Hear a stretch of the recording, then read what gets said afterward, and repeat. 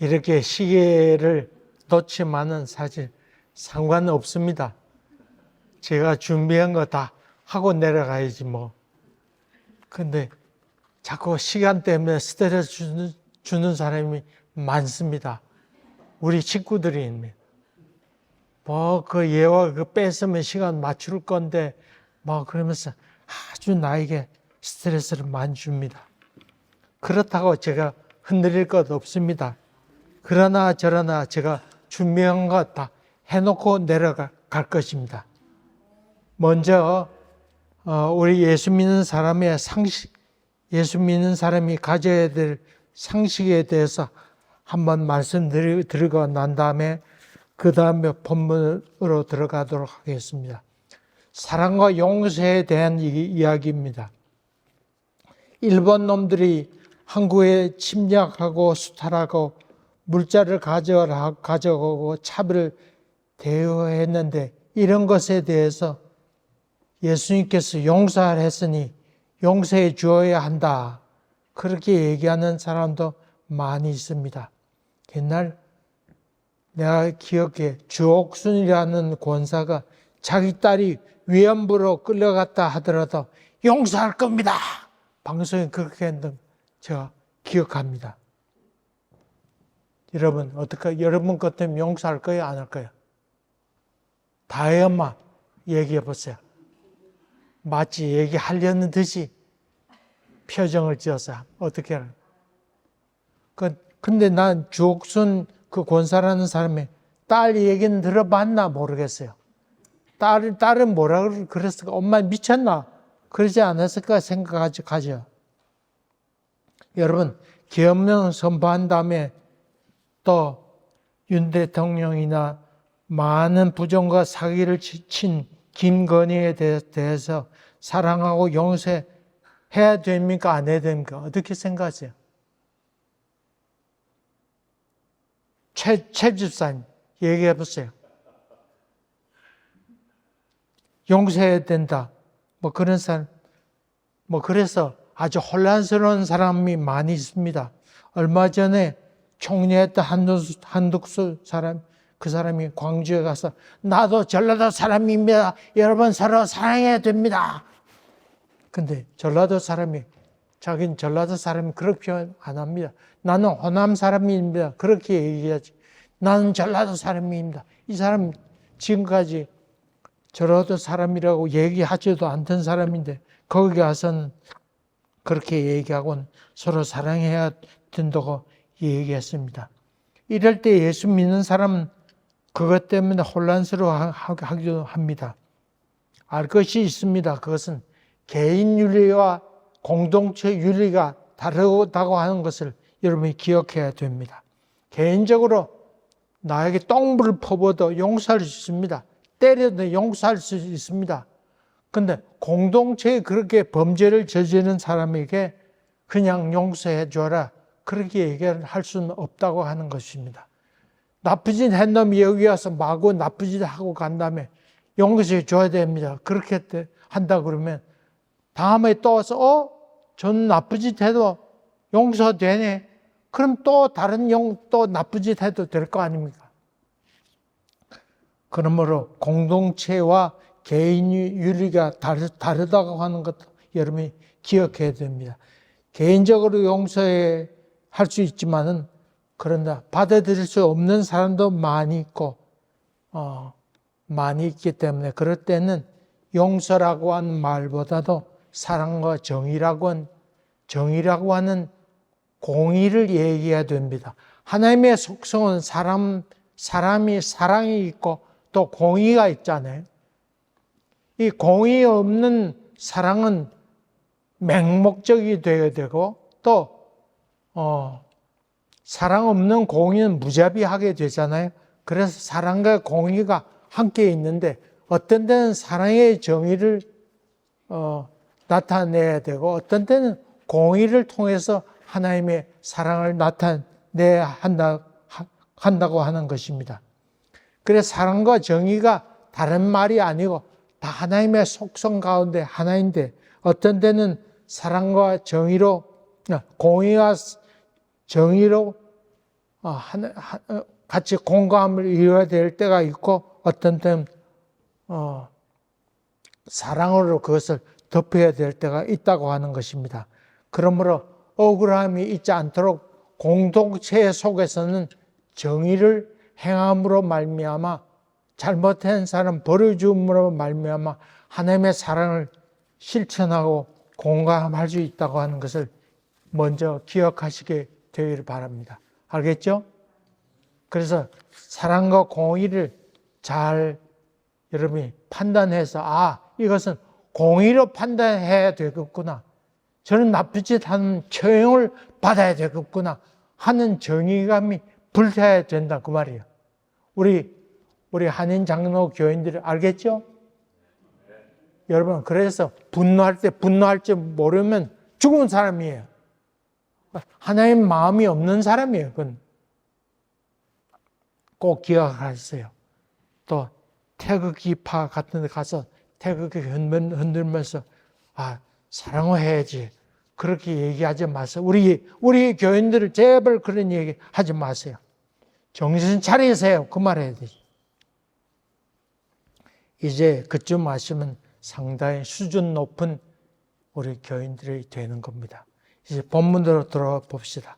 지난번에 사울이 제사장 아히멜렉과 그 가족들 다 85명이라 하는 많은 사람을 죽여버렸습니다.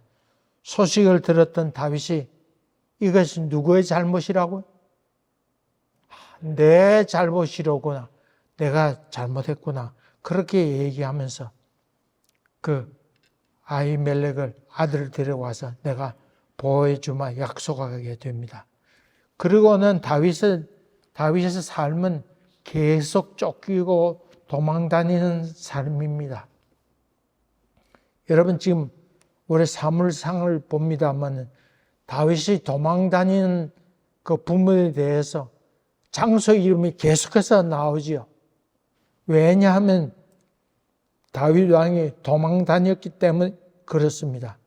우리 흔히 다윗 왕이 영광만 생각하는 경우가 많이 있는데 그렇지 않습니다. 자세히 보면 험한 인생을 살았습니다.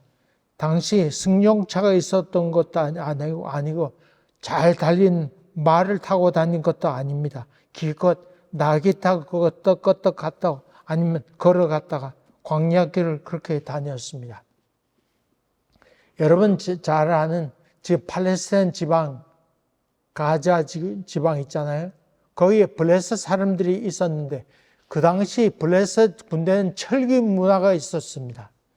칼로 쇠로 썼고 또 마차 바퀴도 쇠로 된 것이 있어서 마구 잘 달릴 수 있었습니다.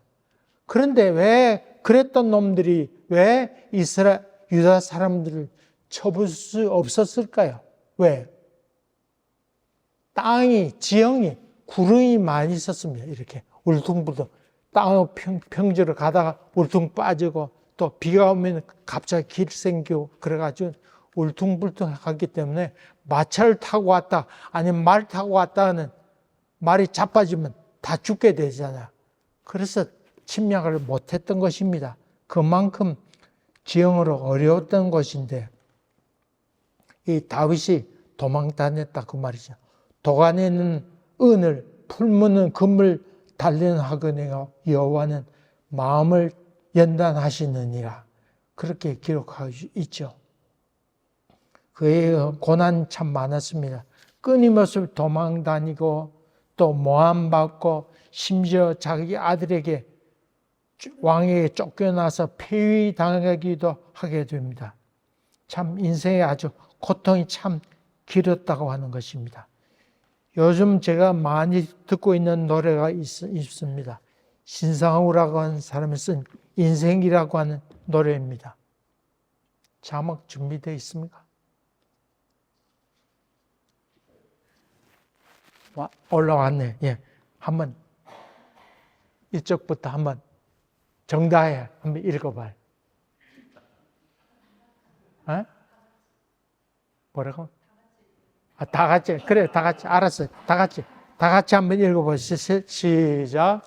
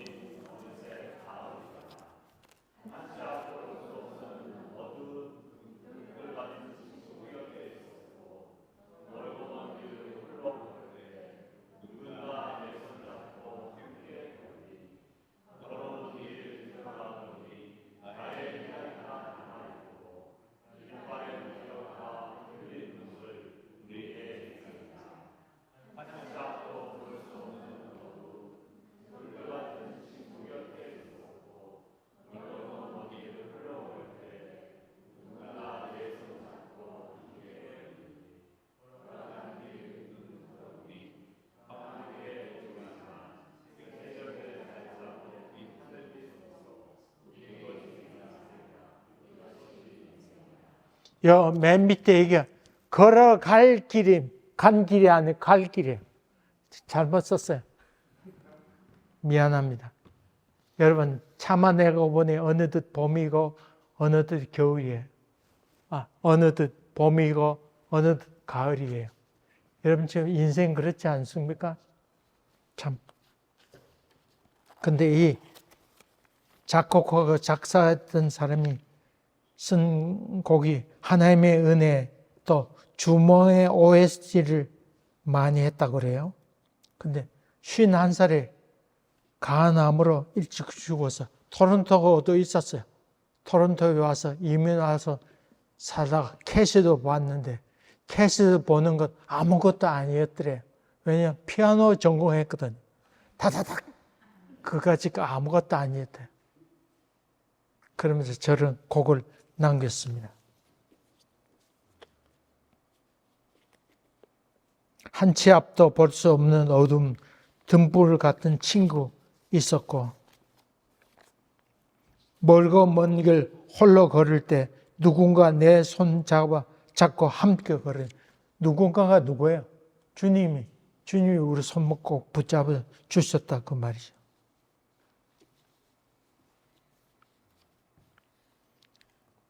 이런 시도 사실 고난 가운데 주어졌다고 하는 것입니다.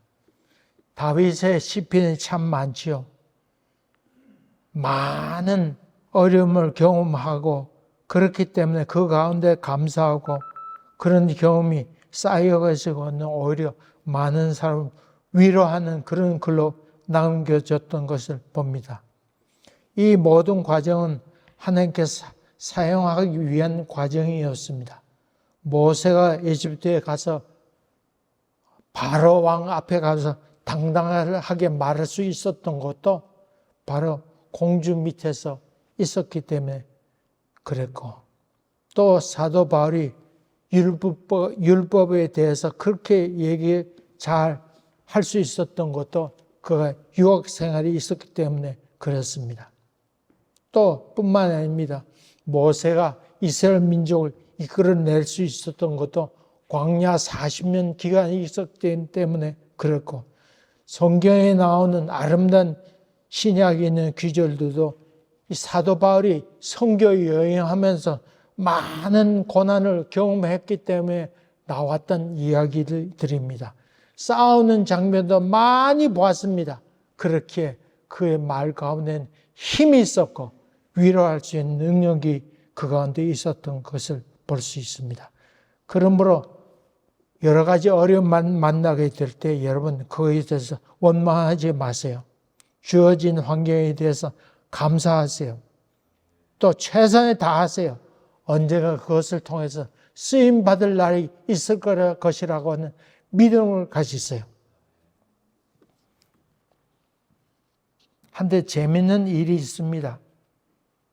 다윗이 계속 도망 다니게 됐는데 사울을 통해서 도망 다니게 돼서 위기에 처하게 됩니다. 이 산으로 쫓아오면 저 산으로 도망가고 저 산으로 가면 이 산으로 오고 그렇게 해서 도망 다니게 됐는데 성경에 보면 급히 도망하여 급히라는 말을 쓰고 있습니다.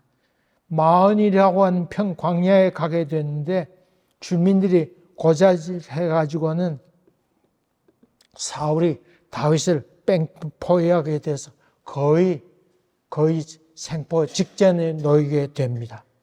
여러분, 이 결정적인 순간에 누가 살렸을까요? 결정적인 순간 누가 살렸을 것 같아요? 알았습니다. 시간이 맞을 수 없어서 제가 답하겠습니다. 블레셋 사람이 살려내게 됩니다. 블레셋 사람이 블레셋 사람은 사울에게도 반대 세력이었고 다윗에게도 반대 세력이었잖아요. 근데 마침 누가 쳐들어왔냐면 블레셋 군대가 쳐들어왔다는 소식을 이 전령이 사울에게 전하게 됩니다. 포위가 결정적으로 이제 다윗을 잡으러 가는 순간에 전령이 와서 임금님 지금 블레셋 군대가 쳐들어왔습니다. 그러니까 헐레벌떡 사울이 군대를 쳐주시게라. 그래서 돌려서 철수하게 됩니다. 그래서 겨우 살아남게 되었습니다. 하나님이 철저히 원수 같은 이 블레셋 사람을 사용하셔서 다윗을 보호하셨습니다. 하나님의 방법은 우리의 생각과 달라서 원수를 통해서라도 구원해 내십니다. 그러므로 행악자로 인하여 불평해 말라고 성경은 얘기하고 있습니다. 그러므로 하나님이 인도하시면 기대하시길 바랍니다. 방법은 누가 걱정할 일이지요? 하나님께서 걱정하시고 여러분 그런 거 다 주님께 다 맡겨버렸어요. 그래서 그곳 이름을 셀라 하마느곳이라고 불렀습니다. 도피의 바위라 그렇게 불렸습니다. 또 다윗은 끝까지 사울을 자기 칼로 죽이지 않습니다. 자기를 괴롭혔던 이 사울을 다윗 손을 대지 않았습니다만 이 블레셋 사람에 의해서 죽게 했습니다. 그러므로 하나님의 역사하심에 너무 서두르지 말고 기다리는 믿음을 가지세요. 여러 가지 억울한 일이 있으면 내가 저놈은 처치해야지 그렇게 생각하지 마세요. 아이고 저놈들 전 빨리 안 없어지나 자동차 사고가 안 나나 사고 나서 콱 죽든지 하지 그런 생각 갖지 마세요. 또 내 손으로 더럽혀서 정리하려고 하지 마세요. 하나님의 손에 맡기세요. 그러면 하나님께서 인도하십니다. 이번 계엄 사건을 보면서 참 큰일이구나 하는 생각을 가졌습니다만 민족적으로 보면 얼마나 다행스러운 일이었습니까? 그거 아니었으면 여러분 지금 어떻게 될 일인지 알 수 없습니다. 나라가 망가져도 아주 망가질 뻔했어요. 그 윤석열이 계엄령 선포해서 자살골을 넣었기 때문에 저렇게 끝나게 된 거 아니에요? 이 하나님의 역사 아니에요. 난 그거 바라보면서 참 하나님께서 그래도 하나님께서 우리 민족을 사랑하시는구나 그런 생각에 다행스러운 생각을 가졌습니다. 그러므로 행악자로 인하여 불평해 하지 마세요. 여러분 입을 더럽혀가지고 저는 확 그냥 교통사가 나가 죽어버려. 그런 얘기하지 마세요. 알겠죠? 하나님께서 알아서 정리하실 것입니다. 그러므로 여러분 깨끗한 손을 더럽히지 마세요. 한데 하나님께서는 이 사울에게만 기회를 주신 것이 아니었습니다.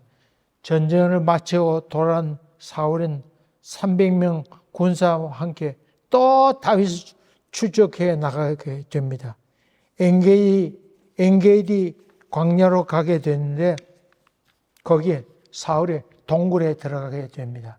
성경에는 발을 가리웠다 그랬는데 지난번에 말씀드린 것처럼 발을 가리웠다는 무슨 뜻이라고 그랬죠?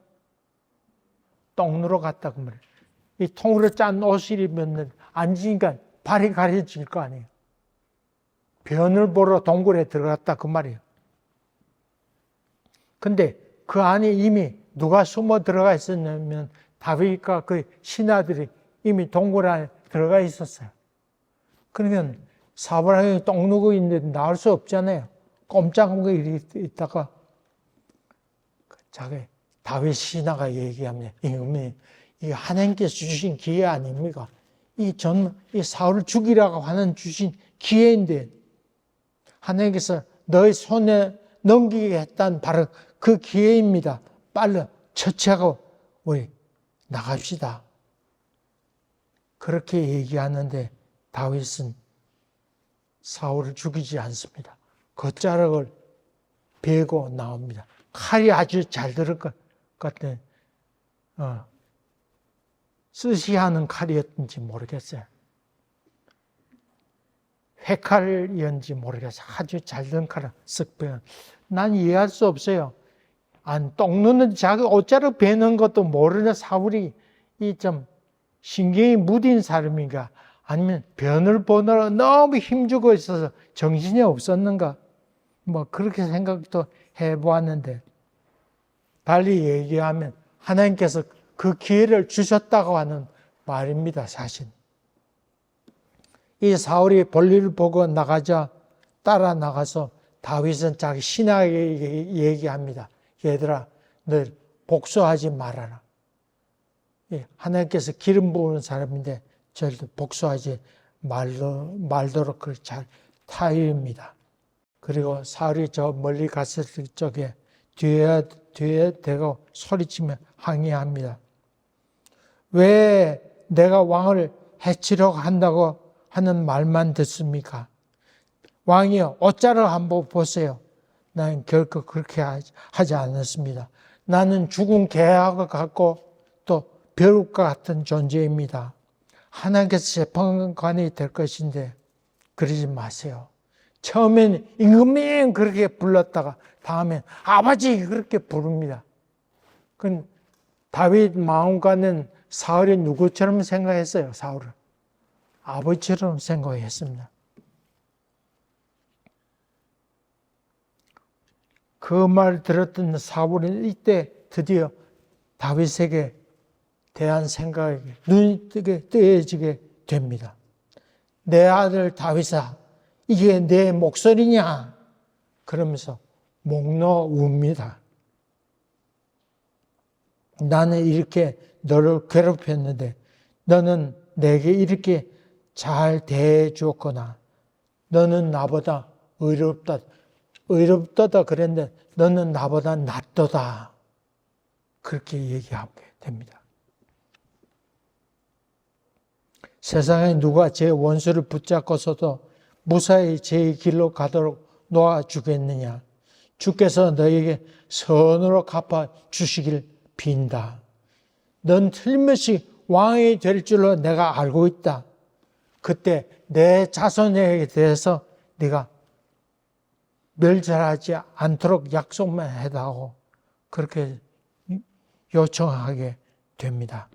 그때 다윗이 그렇게 하겠노라고 맹세하고 사울은 사울대로 길을 가고 다윗은 다윗의 길로 가게 됩니다. 한자 자막 하나 올려주세요. 이 뭐지? 읽어보세요. 시작. 뭐 알아야지 말이지. 알았어요. 역지사지라고 하는 말이에요. 역지사지라는 말이 입장 받고 생각해요. 그래도 이인수 목사님하고 저하고 서예 같이 하거든요. 벌써 착 보면 알잖아요. 벌써 역지사지 딱 얘기하잖아요. 배우면 남중이니까 배워보세요. 역지사지. 입장 바꿔 놓고 생각해 보라. 그 말이죠. 이 사울은 드디어 이 다윗 만남을 통해서 입장 바꿔 놓고 생각하게 됩니다. 자기를 괴롭히던 사울을 돌려보내고 사울은 다윗을 돌려보내게 됩니다. 요즘 루키 우리 임 목사님 설교하시는데 참 아름다운 얘기죠. 얼마 전에 그 설교 중에 얘기 좀 하다 말았는데 제가 예화 쓰려고 있었는 준비했는데 목사님께서 하려고 그래서 가슴이 조마조마했어요. 먼저 쓰면 이렇게 아슬아슬했습니다. 그 월남 여자 얘기 좀 했죠. 그래서 거점하고 마시기를 내가 저 뒤에 앉아 있다가 다행스럽다 생각했습니다. 19살 때 시집 왔는데 딸 둘을 낳고 10년 동안 행복하게 살았는데 남편이 열차, 기차설로 고치다가 죽음을 맞이하게 됐습니다. 이제 그러니까 결국 29살밖에 되지 않았는데 이 시어머니는 자기 아들이 죽게 되니까 얼마나 마음이 아팠겠어요. 그리고 며느리 볼 때마다 빨리 너도 이제 원래만에 돌아가서 부모님 옆에서 살아라. 아니면 재혼해도 얼마나 좋으냐. 암만 얘기해도 한사코 안 가겠다고 그럽니다. 그래서 이 시어머니와 함께 이 며느리가 비행기 타고 월남으로 같이 찾아가게 됩니다. 시어머니는 그 친정 엄마에게 이 딸을 데리고 살라고 얘기하고 또 그렇게 부탁하러 우리 내 걱정 마시라고 얘기하러 함께 비행기 타고 사돈 집에 도착하게 됩니다.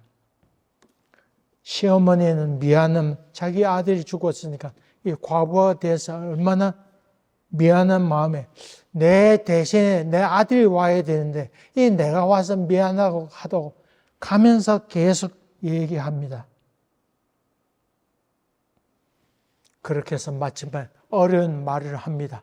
그 사돈에게 나는 걱정 없으니까 상관하지 말고 당신 딸을 거두어서 데리고 살라고 그렇게 얘기합니다.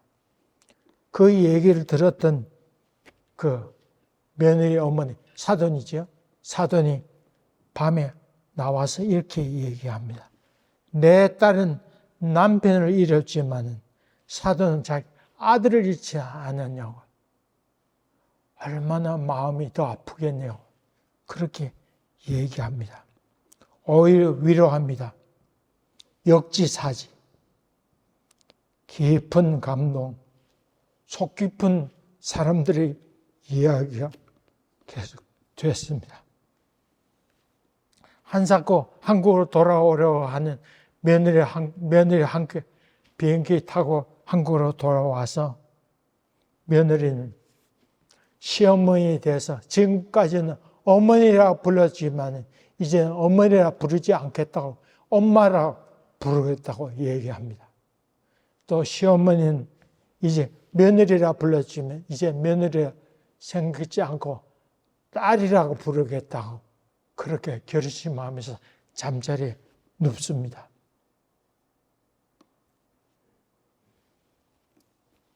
참 감동이었습니다. 성경에 이런 아름다운 얘기는 또 나옵니다.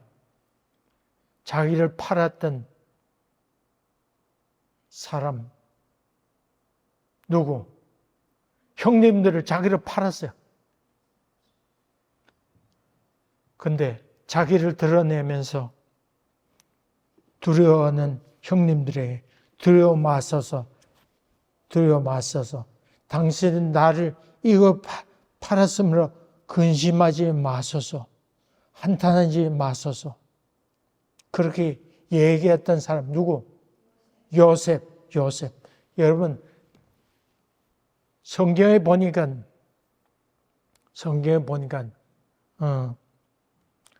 사람을 후렸다 하는 말이 뭐죠?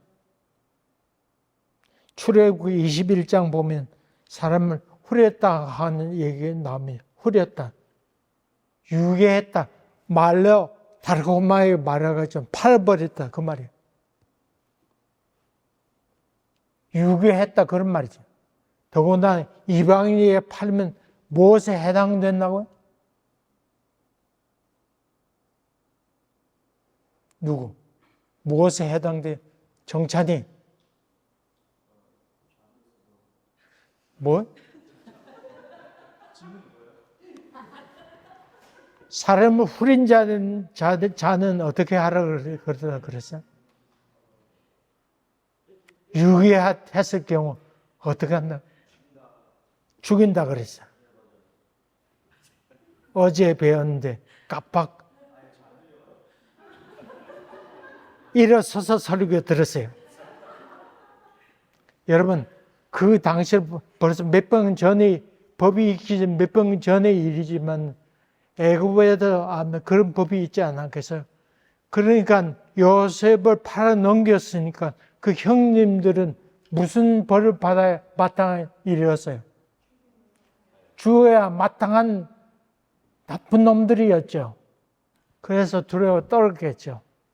거기에 대해서 나를 이것으로 팔았으므로 근심하지 마세요. 한탄하지 마세요. 그러므로 그런즉 나를 이곳에 보낸 사람은 당신들이 아니고 하나님이십니다. 그렇게 얘기하죠. 그리고 난 후에 야곱이 죽잖아. 자기 아버지고 죽으니까 아들들이, 남아있던 아들이, 야, 큰일 났구나. 우리 아버지 죽었으니까 우리 복수하지 않을까. 그렇게 걱정하게 됩니다. 그럴 때 요셉이 그것을 보고 웁니다. 그 장면을 보면서 웁니다. 두려워 마소서 내가 하나님을 대신하리까. 당신은 나를 해하라 했으나 하나님이 그것을 무엇으로 바꿔서 선으로 바꿔서 오늘을 같이 만민의 생명을 구원하게 하시려고 하셨나니 당신들은 두려워 마소서.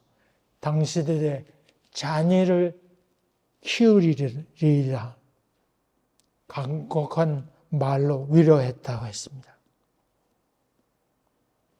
우리 온 교우들은 이런 아름다움으로 당신이 믿는 하나님을 나도 믿겠습니다. 이런 고백이 나오는 그런 삶을 살아가는 여러분 되시기를 간절히 바랍니다. 너는 나보다 낫도다. 당신은 나보다 낫습니다. 당신이 믿는 하나님 나도 믿겠습니다. 이런 은혜가 여러분 심령 가운데 충만하게 되기를 주의 이름으로 간절히 기원합니다. 기도합시다. 주님 감사합니다. 이 다윗의 간절함이 우리 심령 가운데도 같이 임하도록 도와주시고 또 룻과 같은 귀한 아름다움이 우리 심령 가운데 충만하도록 도와주시옵소서. 예수님 이름으로 기도합니다. 아멘.